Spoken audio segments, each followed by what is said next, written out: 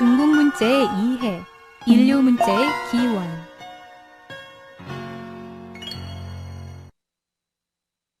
학습에 들어가기에 앞서 오늘 배울 한자를 미리 알아보겠습니다. 그림에 마우스를 올려서 확인해 보세요.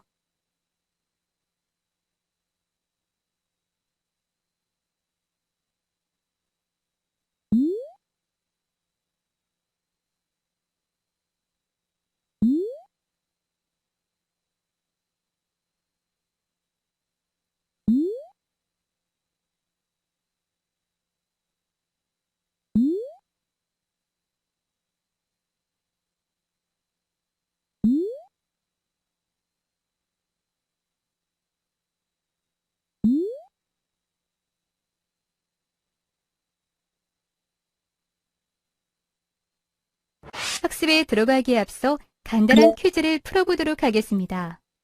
화면의 내용을 잘 읽고 정답을 맞춰보세요.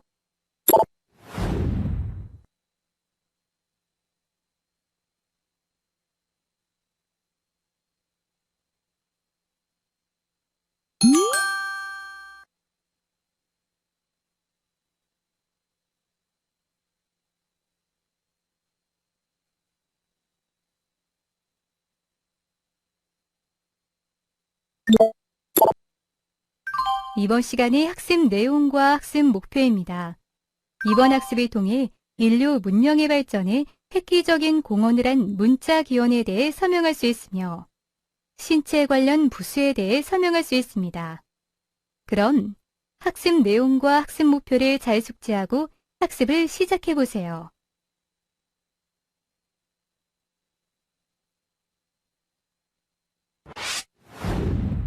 워밍업.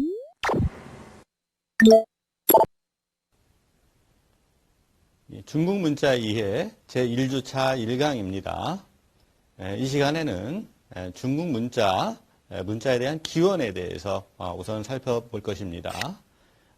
그 기원을 논할 때 우리는 결승 문자, 즉 새끼줄을 엮어 숫자나 형상을 만들어 특별한 의미를 전달하는 것, 그 서계 문자, 금을 그어서 나타냈던 것, 그리고 도화 문자, 바위에 사물들의 구체적인 형체를 그려서 뜻을 전달했던 이와 같은 문자에 대한 기원에 대해서 알아볼 것이고요. 그리고 다음으로는 신체 관련 한자 부수에 대해서 학습할 것입니다. 여기서 신체 관련 부수는 몸 전체를 나타내는 그런 부수들입니다. 즉, 사람 인자라든지 큰 대자, 몸신자, 그럴 문자, 설립자, 여자 여자, 아니 무자 혹은 어미 모자, 아들 자자, 몸 기자, 늙을 노자, 어른 장자에 대한 부수입니다.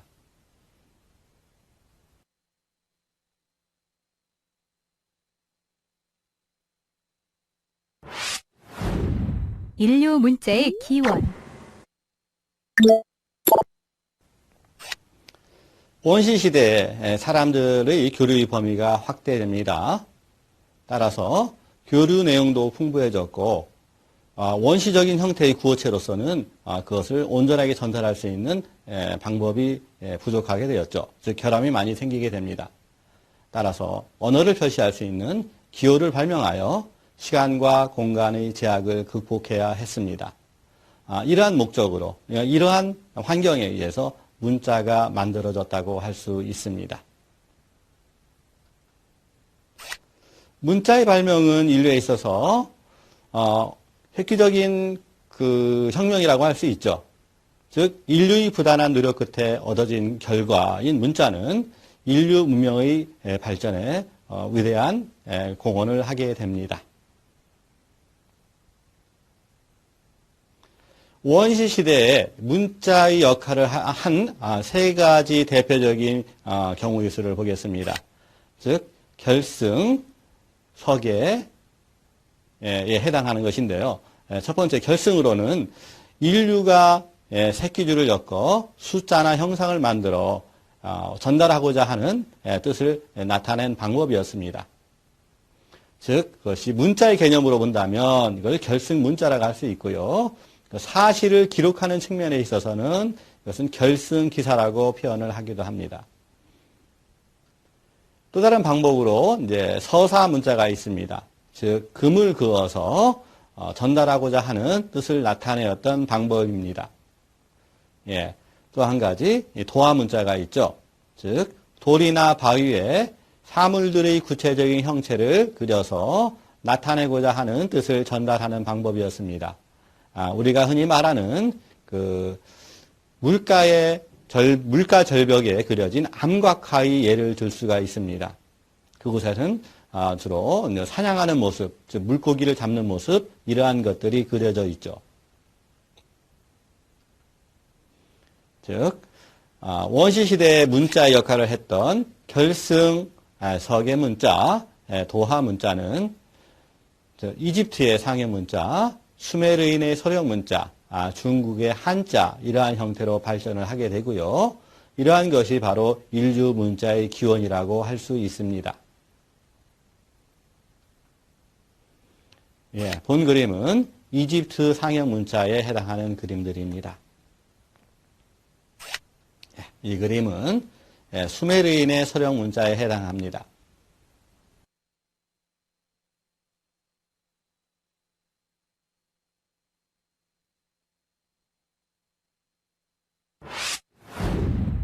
신체 관련 한자 부수.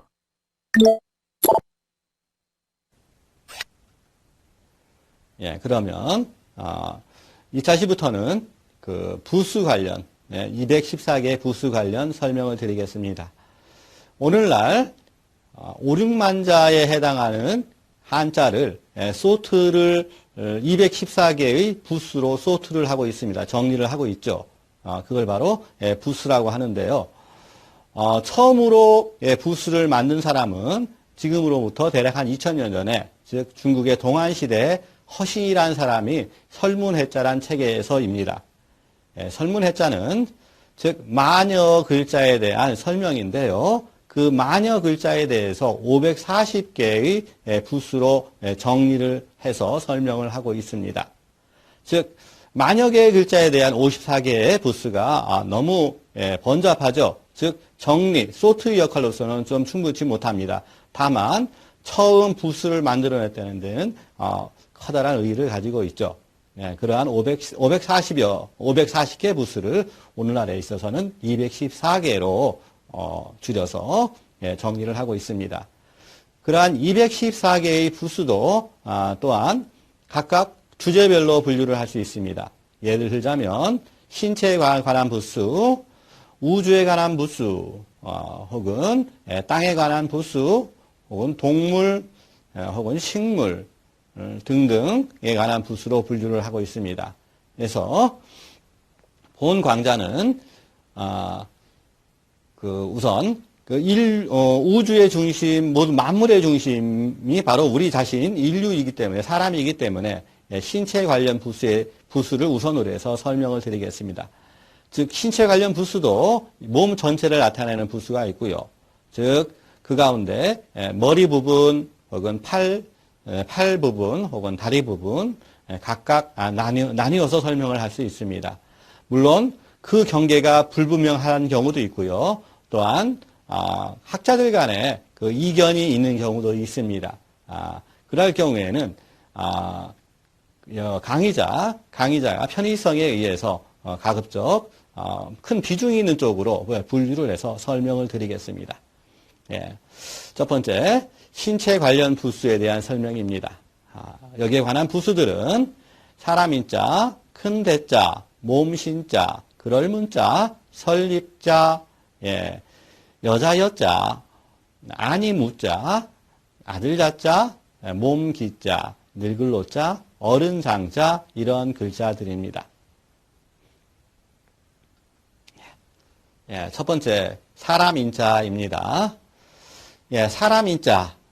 글자, 오늘날의 글자의 자형을 보면 이게 왜 사람인자에 대한가는 참 추측하기 어려운데요.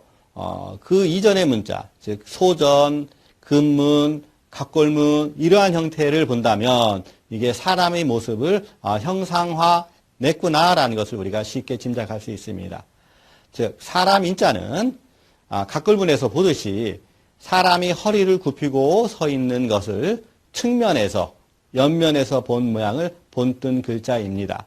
반면 다음 장에서 설명할 큰 대자가 바로 사람의 정면을 본뜬 글자라고 할 수 있죠. 예, 이 사람 인자는 뜻으로는 사람, 음은 인, 중국어 병음으로서는 런이라고 할 수 있습니다.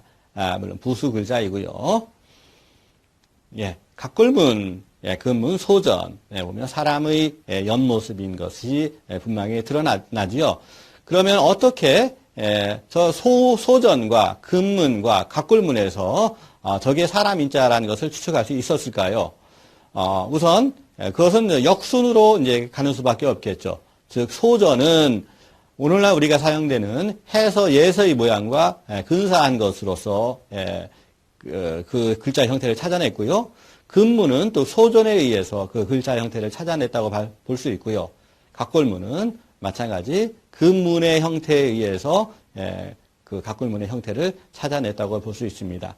즉 사람의 측면을 나타낸 문자로 상형문에 해당합니다.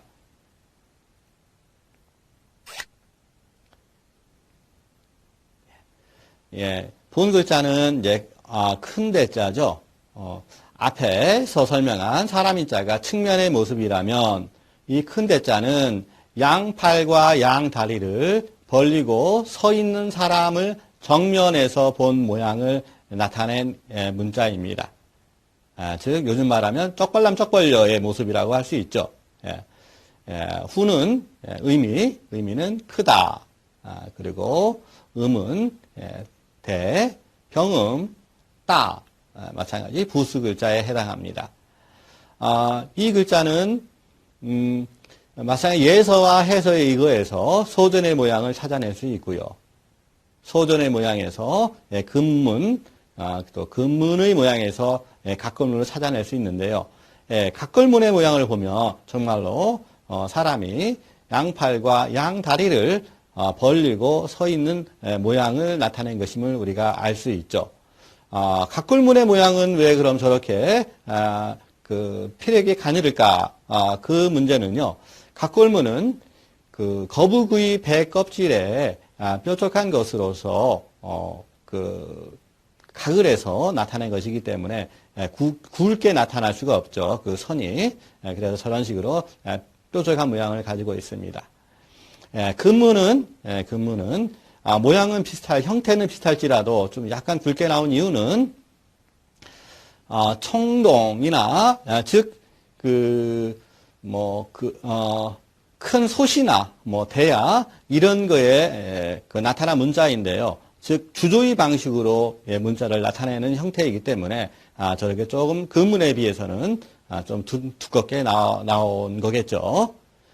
반면 소전부터 해당하는 글자가 이제 우리가 말한 붓으로 쓴 글자이기 때문에 필획이 보다 두꺼워지고 보다 가지런해지고 일정한 모습을 띠게 됩니다.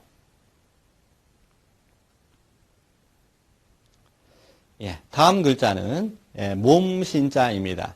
몸 전체를 나타내는 글자죠. 앞 글자들이 사람의 몸을 나타낸 글자임을 설명을 했는데요. 물론 이 글자도 사람을 나타내는 글자입니다. 사람의 몸을 나타내는 글자인데요.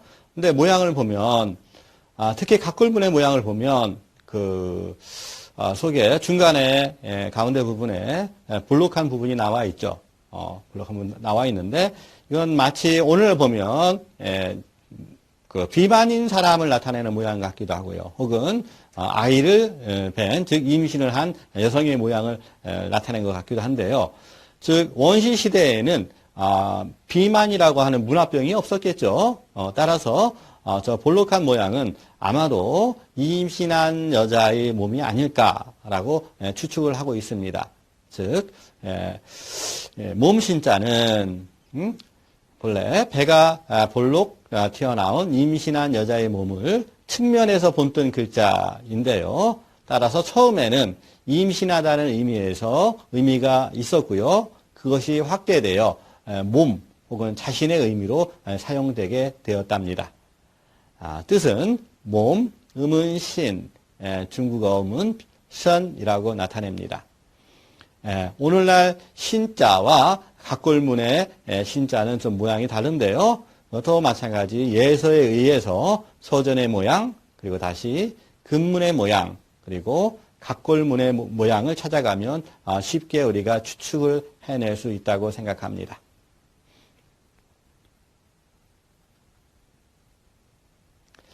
다음 글자는 그럴 문자입니다. 사람 몸에 X 모양이나 혹은 마음 심자의 꼴의 무늬를 문신한 모양을 본뜬 글자라고 합니다. 그럼 예전에도 문신이 있었을까요? 당연한 말입니다. 오늘날 문신이라는 것이 우리 젊은 친구들한테는 일종의 인테리어 개념으로 여러분들의 몸을 치장하는 개념으로 많이 쓰이고 있고요. 우리 시대에는 남 앞에 힘을 과시하기 위한 것으로 많이 쓰이고 있었습니다. 그런데 그러한 것이 이쪽 동남아시아나 혹은 다른 나라 가면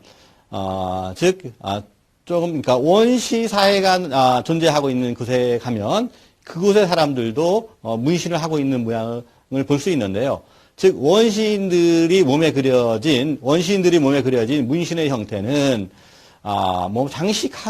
장식의 개념은 있을 수 있습니다. 그렇지만 그것이 자신의 힘을 과시하거나 폭력을 과시하고자 하는 의도보다는 즉 재앙을 피하고 복을 기원하고자 하는 그런 측면에서 몸에 문신을 많이 했다고 합니다. 그래서 원시 시대에도 문신이 존재했었다. 이것은 고고학적 성과로 예전에 그 원시인들의 시신이라든가 미이라든가 발견에 의해서 문신이 있었다는 것이 드러나고 있습니다. 그래서 이 그럴 문자는 그러한 사람의 몸에 새겨진 문신을 나타낸 문자로서 시작이 되었고요. 그러한 것이 문이라는 의미를 가지게 되었었습니다. 문이. 그런데 문이란 의미에서 다시 문장의 의미로 발전이 되었는데요. 문장의 의미로 발전이 되어 더 많이 사용되다 보니까 문의의 문자는 그 문장 문자 옆에 실사가 붙는 것으로서 대체하게 됩니다. 그래서 오늘날 쓰는 이 그럴 문자는 문의 문자의 의미는 크게 가지고 있지 않고요. 문자의 의미를 더 많이 가지고 있다고 할 수 있습니다. 뜻은 그럴, 즉 글, 문장, 문자, 음은 문, 병음은 원이라고 할 수 있고요. 부수는 부수 글자이죠. 그래서 예서와 해서는 오늘날 같은 문자, 이거에 의해서 소전, 금문, 갑골의 형태를 여러분들 주의 깊게 보시면 됩니다.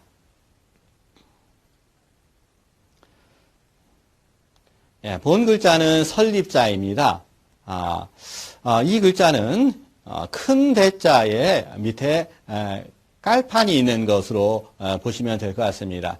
즉 쩍벌남 쩍벌려의 형태의 밑에 그 깔판이 있는 형태, 즉 땅 위에 팔과 다리를 벌리고 서 있는 사람의 모양을 나타낸 문자입니다. 이것 상형 문자로 우리가 칠 수 있고요. 혹은 이것을 회의자로 보기도 합니다. 즉 땅 위에 서 있는 사람의 모양에서 서 있다란 의미, 즉 서 있는 사람에 의해서 서 있다의 의미, 서다의 의미가 나왔다고 알 수 있습니다. 뜻은 서다, 음은 립, 병음으로서는 리라고 할 수 있습니다.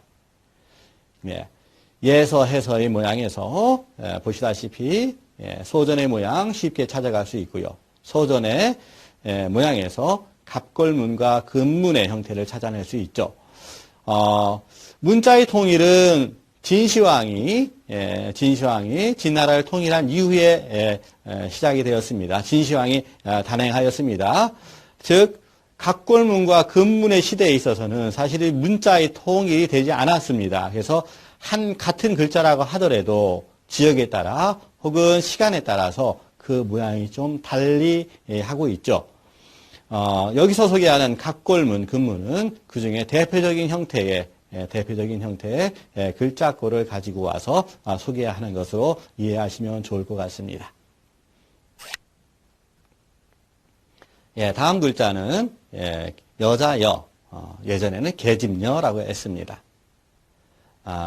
이 형태는 여자가 손을 앞으로 공손히 모으고 무릎을 꿇고 앉아있는 모양을 본뜬 글자로 여기시면 됩니다. 왜 그러면 이게 남자는 아닌가라고 우리가 의구심을 가질 수도 있는데요. 아마도 금문과 각골문에 여자의 모양을 상징하는 여자를 특징 지을 수 있는 어떤 유방의 모습이 담겨 있기 때문일 것입니다. 그 여자는 여자가 손을 앞으로 공수하고 공손히 무릎을 꿇고 앉아있는 모습을 측면에서 본뜬 글자입니다. 측면에서 본뜬 글자입니다. 예서와 해서의 모습에서 소전의 모습을 추측할 수 있고요. 다시 소전의 모습에서 각골문과 금문의 모습을 또 읽어낼 수 있는 것입니다. 뜻으로는 여자, 음은 여, 병음은 니에 해당합니다.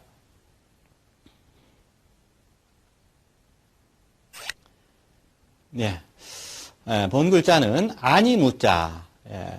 이와 이제 자원이 같은 경우는 없을무가 아니라 이제 어미 모자도 같은 자원을 가지고 있습니다. 즉 어머니가 아이에게 젖을 먹이는 모양을 본뜬 글자입니다.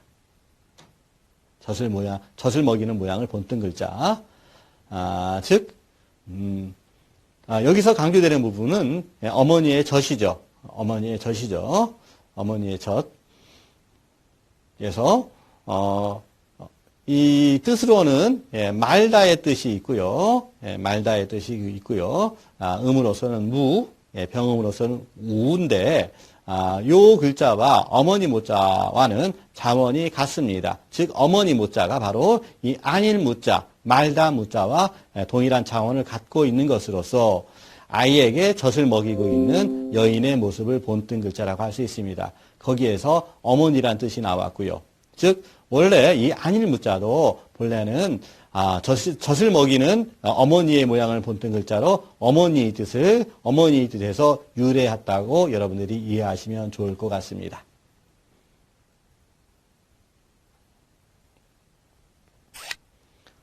다음 글자는 아들자자입니다. 물론 이 아들이라는 의미가 협의적인 의미로 아들이고요. 광의적인 의미로는 자식에 해당합니다. 즉 남자, 여자를 구분하지 않는 자식을 나타내는 글자라고 보시면 됩니다. 이 글자의 모양은 어린아이가 두 팔을 벌리고 춤을 추는 모양을 본뜬 글자, 즉 춤을 추고 있는 모양을 앞에서 본뜬 글자입니다. 그러면 왜 큰 사람도 아니고 왜 어린 사람인가라고 우리가 추정하느냐? 우리가 소전과 금문, 각골의 형태를 본다면 그 머리의 형태가 두드러진 것을 볼 수 있죠.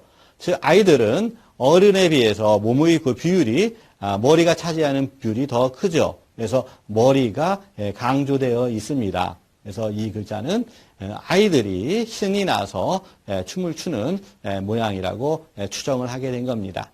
그래서 이 글자는 뜻이 아들, 음은 자, 병음은 즈에 해당합니다. 보통 오늘날 중국어 백화문에서 단어를 만들 때 전미사로 흔히 쓰이고 있죠. 물론 예전에는 위대한 사람 성 뒤에 자를 붙여서 그 사람이 어떤 학문의 일가를 이룬 사람을 나타내기도 합니다.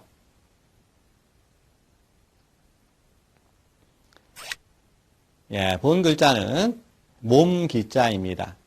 이 글자는 사람이 상체를 구부리고 꿇어 앉아있는 모습을 본뜬 글자라고 합니다.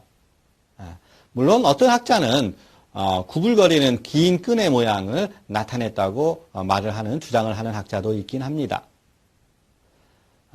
사람 상체를 구부리고 있는 몸, 그래서 자기라는 의미가 나왔다고 합니다. 뜻은 몸, 음은 기, 병음은 지라고 합니다. 해서와 예서의 형태에서 소전 근문을 찾아냈고요. 소전의 모양에서 아마도 구불거리는 긴 끈에서 글자가 유래하지 않았나라고 추정하는 사람도 있지 않을까 합니다. 다음 글자는 늙을 노자입니다. 즉 머리가 뿌옇게 일어나서 등이 구부정한 늙은 사람이 지팡이를 짚고 있는 모양을 본뜬 글자.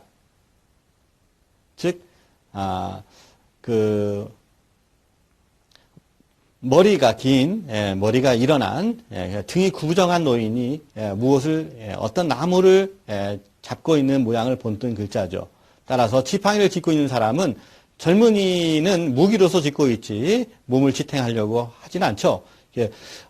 등이 굽은 사람이 짚고 있는 것, 지팡이 우리가 추정할 수 있고요. 따라서 거기에서 우리가 늙은이란 뜻이 나왔다는 것을 알 수 있습니다. 음은 노로 쓰이고요. 병음으로서는 라오라고 합니다. 예서와 해서에서 소전의 글자를 찾아냈고요. 근문 각골의 글자를 찾아냈습니다. 즉 근문 각골의 모양에 보면 거기에 뭔가 짚고 있는 그 등이 굽은 노인의 모습을 우리가 볼 수 있죠.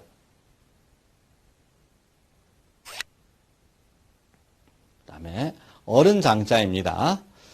앞에 글자가 단지 지팡이를 짚고 있는 노인의 모습, 등이 굽은 모습이었다면 여기서는 모발이 긴 노인이 지팡이를 짚고 서 있는 모습에서 유래했다고 할 수 있습니다.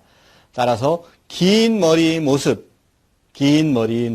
그래서 길다 혹은 자라다의 뜻, 그리고 어른의 의미로 쓰입니다. 그래서 뜻으로는 길다, 어른, 그리고 음으로는 장, 중어로는 창이 있는데요. 또 다른 의미, 자라다라는 의미가 있습니다. 우리는 장단의 음은 똑같은 장이고요. 장단이 다르겠지만 중국어 병음으로는 또한 달리 쓰이고 있죠. 해서와 예서는 오늘날에 우리가 쓰는 글자 형태고요. 예서의 모습에서 우리가 소전의 글자를 찾아냈고요. 소전의 모습에서 근문 각골문의 모양을 찾아냈습니다. 즉 금은 각골문의 모양을 보면 즉 모발이 있는 모양 그리고 사람이 서 있는 모양이 그 문자에 드러나 있다고 우리 볼 수 있겠죠. 이게 아까 말한 두 가지 음 중에 길다, 어른의 의미는 장, 자라다의 의미는 짱이라고 합니다. 이상으로 중문자에 대한 이해 1차 시를 마치겠습니다.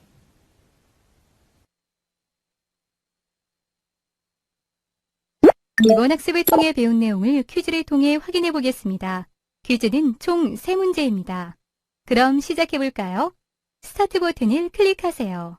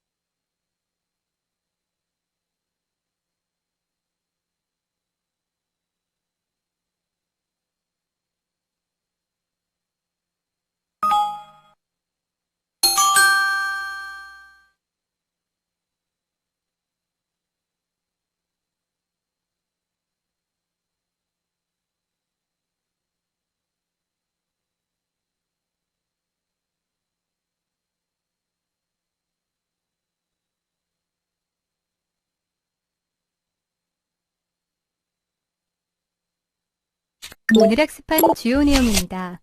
학습 정리를 통해 오늘 학습한 내용을 다시 한번 숙지하시고 부족한 부분은 꼭 확인해 보세요.